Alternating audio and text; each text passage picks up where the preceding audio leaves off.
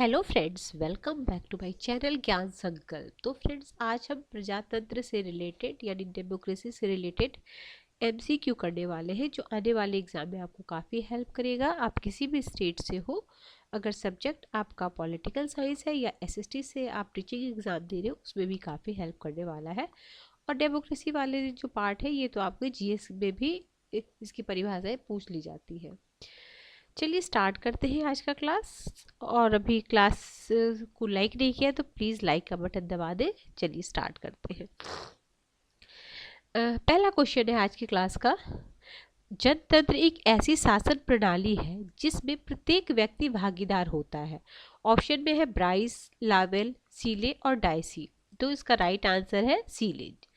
और इसकी बहुत सारी परिभाषाएं हैं, जैसे अरस्तु लोकतंत्र को शासन का विकृत रूप बोलते हैं। आलमंड और बर्मा प्रजातंत्र संस्कृति से संबंधित सुसुप्त स्वान सिद्धांत प्रतिपादित किया। रॉबर्ट मिशेल ने गुणतंत्र का लौह नियम दिया। डायसी के अनुसार लोकतंत्र ऐसा शासन है जिसमें देश का बड़ा भाग शासन करता है। आगे देखते हैं। सेकंड, विकास का नव शास्त्रीय सिद्धांत आवश्यक हो गया है। तो देखिए, 19वीं सदी में तकनीकी और शास्त्रीय खोजों के कारण, यूरोप में कामगारों की स्थिति में तेजी से गिरावट के कारण और मार्क्स की शिक्षा से क्रांति के भय के कारण। तो इसका आंसर है उपयुक्त सभी कारण। ये आपका हरियाणा हिमाचल प्रदेश असिस्टेंट प्रोफेसर 2014 में आया हुआ प्रश्न है। आगे चलते हैं। यह वक्तव्य किसने दिया है? जनमत की निरंतर प्रक्रिया ही लोकतंत्र की गतिशीलता है। क्या है? जनमत की निरंतर प्रक्रिया ही लोकतंत्र की गतिशीलता है। तो ये है मैकाइवर का। ठीक है, आगे है। मैकाइवर ने कहा है जनमत की निरंतर प्रक्रिया। ठीक है, ये तो देख ली। आगे एम एन रॉय द्वारा विकसित विचार को जाना जाता है। तो जाना जाता उग्र मानवतावाद। ठीक है, आगे चलते हैं। एक मिनट।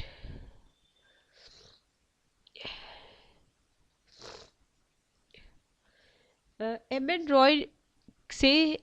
रॉय के संगठित लोकतंत्र में अंतिम शक्ति निहित है। तो अंतिम शक्ति लोगों में निहित है। Option B is the right answer. आगे है। निम्नलिखित में से किसने लोकतंत्र को बहुमत की निरंकुशता के रूप में वर्णित किया है? तो ये है डी टॉकविले ने। ठीक है, आगे है। रूसो के लोकतंत्र के उदार सिद्धांत के संदर्भ में निम्न में से कौन सा एक गलत है? तो वह है प्राकृतिक समानता। ठीक है, वो गलत है। बाकी क्या? सामान्य कल्याण है, राज्य के आधार के रूप में सहमति, व्यक्तिगत संबंधों के निर्धारण में व्यक्ति के हस्तांतरणीय अधिकार। ठीक है, आगे चलते हैं। आगे है आपका प्रजातांत्रिक संस्कृति में सुसुप्त स्वान सिद्धांत का आशय है। तो इसका आशय होता है निम्न सहभागिता सरकार के लिए बृहद संतोषप्रद। ठीक है, ये आपको उत्तराखंड असिस्टेंट प्रोफेसर 2017 में आया हुआ प्रश्न है। इसका राइट आंसर ऑप्शन ए है। असर्शन रीजन का क्वेश्चन है। लोकतांत्रिक विकेंद्रीकरण द्वारा उस निर्धनता को कम करने की संभावना कम है जो उप क्षेत्रों या मोहल्लों के बीच विषमताओं से उत्पन्न होती है। कारण है लोकतांत्रिक विकेंद्रीकरण के परिणाम स्वरूप निम्न स्तरों पर सशक्त इकाइयों का अभिजनों द्वारा प्रग्रहण हो सकता है। तो इसका जो आपका राइट आंसर हो जाएगा, ए असत्य है बट आर सत्य है। आगे है। आगे चलते हैं हम नेक्स्ट क्वेश्चन पे। नेक्स्ट क्वेश्चन है, लोकतंत्र विकृत स्वरूप है। लोकतंत्र विकृत स्वरूप ये किसकी परिभाषा है? ये आपका अरस्तु का है। ठीक है, आगे चलते हैं। नेक्स्ट क्वेश्चन है क्वेश्चन नंबर 11। पॉलिटी संवैधानिक राजतंत्र कहीं अधिक अस्थायी व्यवस्था जिसमें क्रांति की संभावना कम रहती है। ठीक है, एक बार फिर से मैं कोटेशन बोलती हूँ। क्या कोटेशन में बोला जा रहा है? बोला जा रहा है, हाँ एक मिनट। पॉलिटी संवैधानिक जनतंत्र कहीं अधिक अस्थायी व्यवस्था है जिसमें क्रांति की संभावना कम रहती है। तो ये है अरस्तू। आपको यूपीजीडीसी 2013 में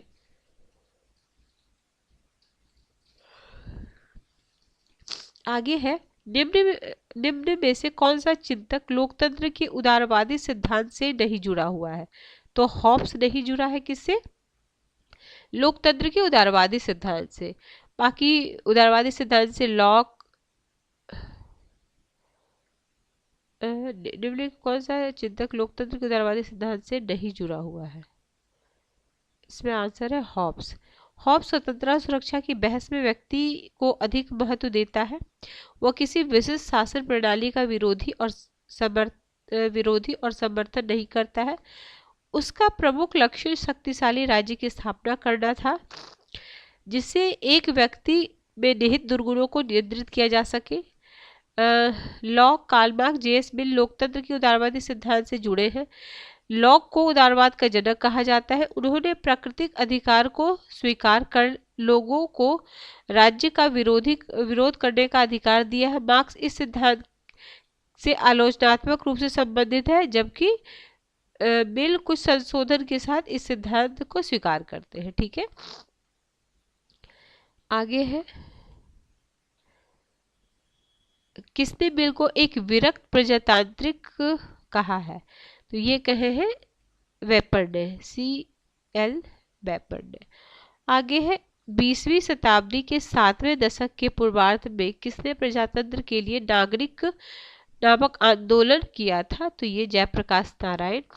ठीक है, a picture of Sarvodaya social order. आगे है, निम्न में से कौन यह मानता है कि आधुनिक उदारवादी प्रजातांत्रिक राज्य एक औद्योगिक राज्य बन गया है? तो ये गैलब्रेथ का है। क्या है? आधुनिक उदारवादी प्रजातांत्रिक राज्य एक औद्योगिक राज्य बन गया है। इनकी महत्वपूर्ण कृति है द न्यू इंडस्ट्रियल स्टेट, गैलब्रेथ का। आगे, निम्नलिखित में कौन लोकतंत्र का एक सिद्धांतकार नहीं है? तो देखिए, टॉकविले भी है, मिल भी है, रूसो है, नीत्शे नहीं है। ये आपका है 2021 टीजीटी में पूछा गया प्रश्न है। तो डी टॉकविले, जे.एस. मिल, रूसो, जे.एस. मिल लोकतंत्र के सिद्धांतकार है, जबकि नीत्शे लोकतंत्र के सिद्धांतकार नहीं है। जे.एस. मिल लोकतंत्र के उदारवादी सिद्धांत का समर्थक है। उनके अनुसार लोकतंत्र लोगों की देशभक्ति को बढ़ाता है। डी टॉकविले लोकतंत्र को बहुमत का अत्याचार कहते हैं। ठीक है, ये वाला कोटेशन आता है, लोकतंत्र को बहुमत का अत्याचार निरंकुश। तो ये डी टॉकविले क्या है, लोकतंत्र को बहुमत की निरंकुशता के रूप में देखते हैं या अत्याचार के रूप में देखते हैं। ये लाइन भी आती है। आगे, आप अपने संविधान के वर्गीकरण में अरस्तु ने प्रदर्शित किया कि बहुतंत्र पॉलिटी का विकृत रूप क्या है? तो लोकतंत्र उसका विकृत रूप है। उन्होंने 3 इस सही रूप और उसी 3 का विकृत रूप, यानी टोटल 6 प्रकार की शासन प्रणाली की बात कही है अरस्तु ने। आगे है, निम्नलिखित में से कौन एक प्रजातंत्र के बहुलवादी सिद्धांत का समर्थक है? तो ये है David B Truman, option B. आगे चलते हैं, द गवर्नमेंट प्रोसेस की डेविड ट्रूमैन ने अपनी पुस्तक द गवर्नमेंटल प्रोसेस में लोकतंत्र के अंतर्गत सामाजिक समूहों की पारस्परिक क्रियाशीलता को स्वीकार किया। आगे है, निम्नलिखित में से कौन सा एक सही सुमेलित नहीं है? तो लोकतंत्र कॉर्पोरेट दृष्टिकोण, तो हीगल, ये सुमेलित नहीं है। बाकी देखिए, लोकतंत्र का बहुलवादी दृष्टिकोण रॉबर्ट डेहल, लोकतंत्र का अभिजनवादी दृष्टिकोण मोस्का, और लोकतंत्र का नव दक्षिण पंथी दृष्टिकोण डेविड मार्केंड। ठीक है, आगे चलते हैं, क्वेश्चन 20, निम्न में से किस विचारक ने प्रत्यक्ष प्रजातंत्र के स्थान पर प्रतिनिध्यात्मक प्रजातंत्र का समर्थन किया है? तो जे मेडिसन ने किया है। आगे है, लोक कल्याणकारी सिद्धांत आधारित है लोकतांत्रिक सिद्धांत पर। लोकतंत्र का वास्तविक अर्थ है, तो ये है केवल शासन स्वरूप ही नहीं अपितु जीवन माध्यम। ठीक है, आगे है लोकतंत्र ऐसी पद्धति है जिसमें अंतिम सत्ता किसके हाथों में होती है, तो जनता के हाथों में होती है। आगे चलते, ये कई बार रिपीट है, इजी क्वेश्चन। स्वस्थ लोकतंत्र के निर्माण में बाधा है, तो निरक्षरता और दूषित शिक्षित शिक्षा प्रणाली। प्रजातंत्र का प्रकार जिसे भारत ने स्वीकार किया है, तो लोकतांत्रिक गणतंत्र। गणतंत्र वो होता है जहां जहां जनता के द्वारा चुने जाते हैं राज्य के प्रमुख, ठीक है, वंशानुगत न होते हुए जनता द्वारा चुने जाते। प्रत्यायुक्त विधायन व्यवस्था से किसकी शक्ति में सर्वाधिक वृद्धि हुई है, ठीक है, तो ये हुई है, इसमें तो कोई नहीं है। चलिए नेक्स्ट चलते हैं। लोकतंत्र के बारे में निम्नलिखित कथनों में किस विचारक का है, इस बात से कोई इनकार नहीं करता कि वर्तमान प्रतिनिधि सभाओं में अनेक त्रुटियां हैं, पर यदि मोटर गाड़ी खराब हो जाए तो उसकी जगह बैलगाड़ी का इस्तेमाल करना मूर्खता होगा, चाहे उसकी कल्पना कितनी भी मधुर क्यों न लगे। ये है सीडी बर्न्स का, ठीक है, सीडी बर्न्स का है। आगे जवाहरलाल नेहरू का भी कोटेशन देख लेते हैं। लोकतंत्र का अर्थ है सहिष्णुता, न केवल उन लोगों के प्रति जिनसे हम सहमत हों, बल्कि उनके प्रति भी जिनसे हम असहमत हों। महात्मा गांधी के क्या है, बोलते हैं लोकतंत्र वह कला एवं विज्ञान है जिसके अंतर्गत जनसाधारण के विभिन्न वर्गों के भौतिक, आर्थिक और आध्यात्मिक संस्थानों को सबके सामान्य हित की सिद्धि के लिए नियोजित किया जाता है। आगे है लोकतंत्र में गुटतंत्र के लौह नियम, तो रॉबर्ट मिसेल्स, ठीक है, ऑप्शन ए। ये भी देखिए क्या क्या है,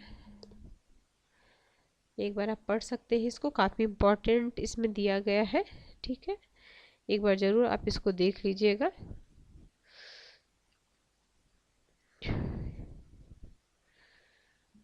तो एक मिनट, गुटतंत्र का लौह नियम जर्मन समाजशास्त्री रॉबर्ट मिसेल्स द्वारा वर्ष 1911 में अपनी पुस्तक पॉलिटिकल पार्टी में दिया गया है। मिसेल तंत्र में अभिजनों के शासन को गुटतंत्र की संज्ञा दी गई, जिसके अनुसार किसी भी तरह का मानव संगठन स्थापित कर देने पर उसका नियंत्रण अंततः एक छोटे गुट के हाथों में आ जाता है। आगे इटली के समाजशास्त्री पेरेटो ने लोकतंत्र के अभिजन वर्गीय सिद्धांत के अंतर्गत अभिजन का संचरण सिद्धांत दिया है। आगे सी राइट मिल्स ने अपनी कृति पावर एलिट में अमेरिकी के राज्य व्यवस्था का वर्णन किया है। उनके अनुसार 3 प्रकार के अभिजन वर्ग होते हैं, सैन्य बल अभिजन, राजनीतिक वर्ग अभिजन और औद्योगिक वर्ग अभिजन।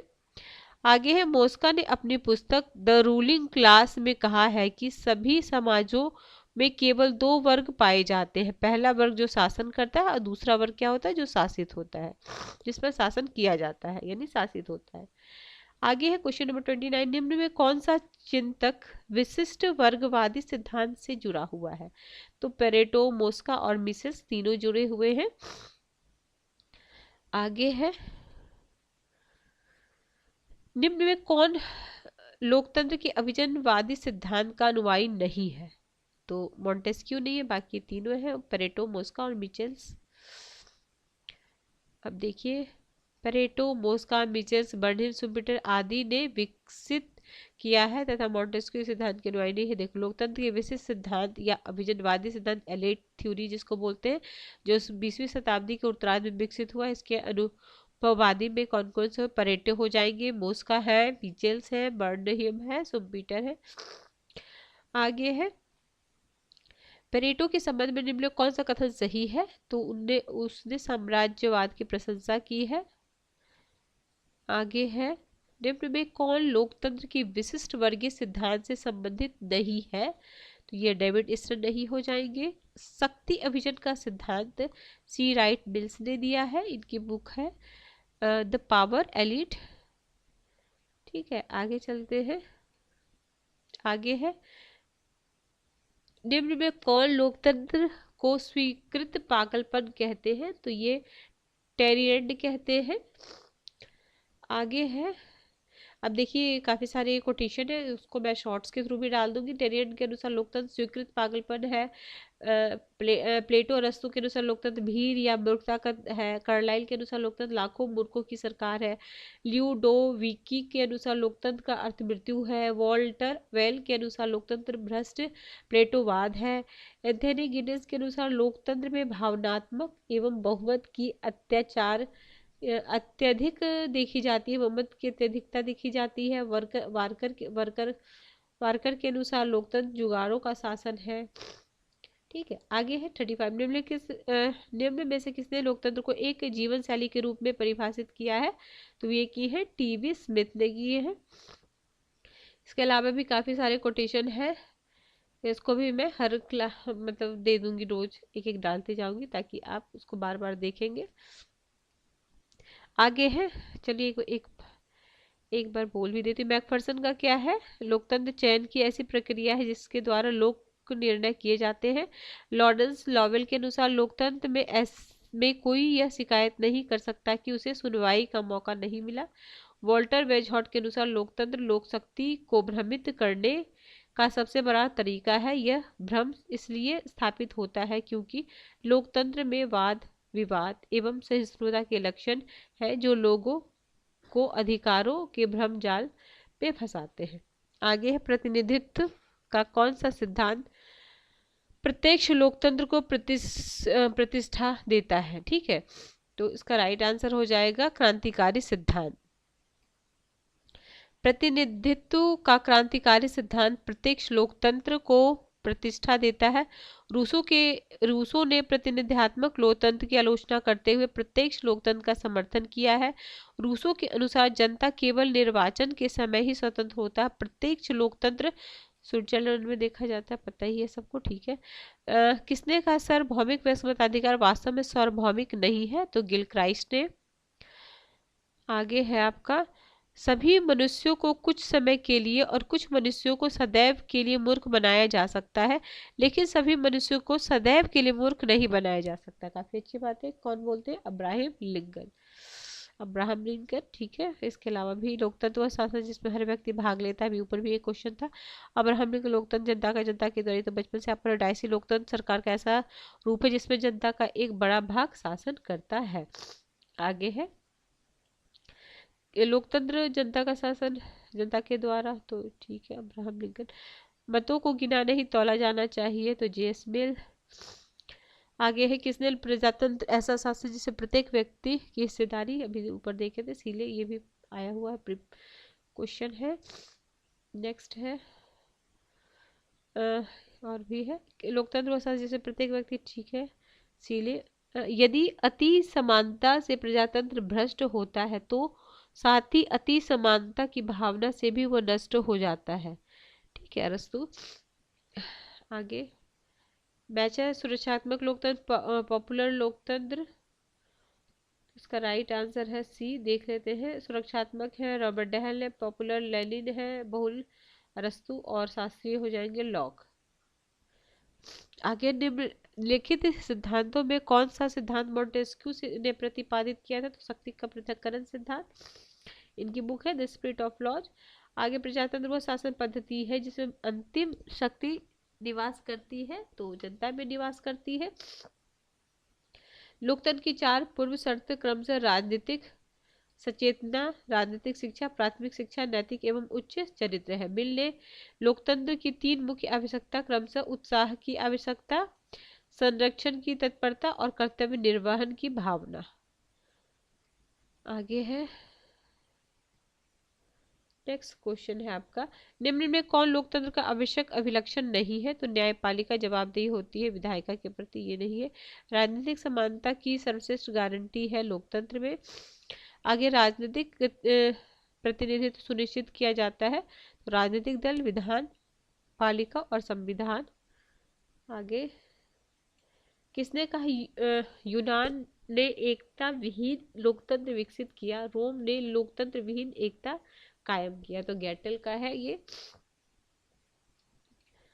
आगे है, उदार लोकतंत्र का सबसे विशिष्ट लक्षण है? तो यह सभी व्यक्तियों के मतों को समान मानता है। आगे है, भाषण की स्वतंत्रता किस शासन के लिए आवश्यक है? तो लोकतंत्र। आगे, निम्नलिखित में कौन प्रत्यक्ष प्रजातंत्र का साधन है? तो दबाव नहीं है साधन। देखिए, जनमत है, उपक्रम है, जेरिडम है, ये सारे हैं। दबाव समूह नहीं है। निम्नलिखित में कौन प्रत्यक्ष प्रजातंत्र का लक्षण नहीं है? तो अनुपातिक प्रतिनिधित्व, बाकी लोकमत है, आरंभ और जनमत संग्रह है। ठीक है, आगे है, निम्नलिखित कौन सा दल पद्धति लोकतंत्र के स्थायित्व के लिए सबसे उपयुक्त है? तो द्विदलीय, ये कई बार रिपीट हुआ है, देख लीजिए। आगे है, निम्नलिखित में से कौन प्रत्यक्ष प्रजातंत्र का आवश्यक रूप है? तो यह नहीं है आवश्यक रूप। देखिए, जनमत संग्रह है, वापस बुलाना, जनमत संग्रह और जनमत, अच्छा दो दे दिया। ठीक है, तो ये नहीं है, संघात्मक संरचना नहीं है, फ्रांस जाना जाता है, तो बहुदलीय। देख लेते कितना क्वेश्चन है, 1 मिनट, इसमें तो होगा क्वेश्चन। अच्छा नहीं, चलिए फिर कौन सा टॉपिक आ जाएगा, फिर आ जाएगा। अच्छा चलिए, तो इसको तो कंप्लीट ही कर देते हैं हम लोग। ठीक है, ठीक है। आगे है, फ्रांस जाना जाता है, बहुदलीय व्यवस्था। ठीक है, लोकतंत्र में किसका प्रकार्य हित स्पंदन है? तो दबाव। देखिए, गैर सरकारी संगठन, नागरिक समाज और न्यायपालिका, तो ऑप्शन सी। निम्नलिखित में से किस एक को आधुनिक लोकतंत्र में अदृश्य साम्राज्य कहते हैं? तो किसको? दबाव समूह को कहते हैं। आगे है 60 क्वेश्चन में क्या है, इसमें भी काफी सारी है महत्वपूर्ण बातें, वो मैं दे दूंगी आपको। इनमें से कौन राजनीतिक दलों का आवश्यक कार्य नहीं है? तो वे गुप्त रूप से जनता की सेवा करते हैं, ऐसा नहीं है। आगे है आपका क्वेश्चन, निम्नलिखित कथनों पर विचार करें तथा प्रदत्त कोड से सही उत्तर का चयन करें। तो इसका राइट आंसर है सारे हो जाए। प्रजातंत्र के लिए राजनीतिक दल आवश्यक है, बिल्कुल। राजनीतिक दल राजनीतिक शिक्षा प्रदान करते हैं, ठीक है। जनमत निर्माण में राजनीतिक दलों की महत्वपूर्ण भूमिका है। राजनीतिक दलों का उद्देश्य सत्ता प्राप्त करना है, ठीक है। औपचारिक प्रशिक्षण को निम्न वर्गों में से किसमें विभाजित किया जा सकता है? तो प्रयुक्त सभी हो जाएगा। प्रवेश पूर्व प्रशिक्षण, अभिनवकरण प्रशिक्षण, सेवाकालीन प्रशिक्षण। आगे जनमत निर्माण के साधन है, तो कौन कौन से हैं? तो क ख ग, तो कौन? प्रेस है, राजनीतिक दल है और दूरदर्शन है। शेयर बाजार से इसका क्या संबंध? ठीक है, बहुत सारे क्वेश्चन तो आप ऐसे ही कर लोगे, ऐसे मतलब। निम्न में से किस देश में संवैधानिक राजतंत्र है? तो ब्रिटेन में है। ये भी, किस देश में प्रत्यक्ष प्रजातंत्र है? स्विट्जरलैंड में है। स्पष्ट लोकतंत्र की मर्जी यहाँ पाई जाती है, तो स्विट्जरलैंड में, जहाँ प्रत्यक्ष प्रजातंत्र लोकतंत्र होता है। प्रत्यक्ष लोकतंत्र कहाँ होता है? स्विट्जरलैंड में। देखो कितनी बार रिपीट किया गया क्वेश्चन। आगे है, कौन सा प्रत्यक्ष प्रजातंत्र से संबंधित है? तो सारा कुछ जनमत संग्रह, पहली वेबसाइट है, आरंभक है, तो सब सारा कुछ हो जाएगा। ये जीआईसी में आया हुआ है, यानी गवर्नमेंट इंटर कॉलेज में। भारत, नेपाल पहले का, सोवियत और ईरान। ठीक है, तो स्टार बना हुआ तो छोड़ो इसको, आगे चलते हैं। नेक्स्ट है आपका, निर्णयन के संबंध में निम्नलिखित में से एक सत्य नहीं है। तो यह योजनाओं एवं नीतियों का सही चुनाव नहीं करता है, ऑप्शन सी। आगे है, प्रत्यक्ष लोकतंत्र में यह व्यवस्था रहती है, यदि जनता के निर्वाचन प्रतिनिधियों या अधिकारियों का व्यवहार संतोषजनक न हो तो जनता उन्हें पद से हटाकर उनकी जगह नए प्रतिनिधि चुन सकते हैं। तो प्रत्यावाहन, ठीक है। आगे चलते हैं, द्वितीय सदन की विद्यमानता स्वतंत्रता की गारंटी एवं कुछ सीमा तक अत्याचार के विरुद्ध सुरक्षा, तो गार्डनर, ऑप्शन बी। राजनीतिक में बहुलवादी क्रांति आधुनिक लोकतांत्रिक राज्य के पुनर्गठन की मूल समस्याओं को रेखांकित करती है। कारण है सत्ता का केंद्रीकरण, कर्मठता में वृद्धि करती है, ठीक है। तो इसका हो जाएगा, दोनों सही है परंतु व्याख्या नहीं है। ठीक है, हमने पूरा इसमें कर लिया। नेक्स्ट में हम करेंगे वैज्ञानिक समाजवाद। ठीक है, किसी वजह से चैनल हेल्प कर रहा है प्रिपरेशन फ्रेंड, तो जरूर चैनल को सब्सक्राइब कर लीजिए।